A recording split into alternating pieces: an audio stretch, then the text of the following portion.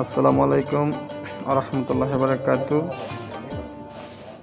Saudi আরব মাশাআল্লাহ খুবই সুন্দর একটা জায়গা। আল্লাহ যার ভাগ্যে যেরকম রাখছে আর কি।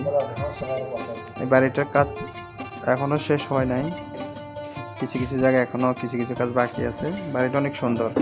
আমি যে রুমে থাকি আমার রুমের মালিকের বাড়ি। তো মাঝে মধ্যে কোনো সমস্যা হলে আমাকে ফোন করে, আমি আসি দেখি সমস্যার সমাধান করে দিয়ে চলে যায় আর কি।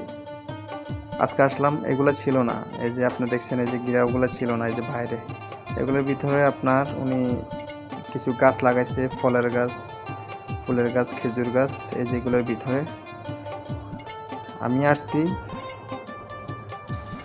দীর্ঘ 2 মাস আগে আর কি। হ্যাঁ, আমি দেড় থেকে 2 মাস আগে আসা এই যে ভিতরে আপনাদের দেখাচ্ছি। এই যে মাজার, এই যে পাইপগুলো দেখবেন আপনারা, এই যে কালো পাইপগুলা।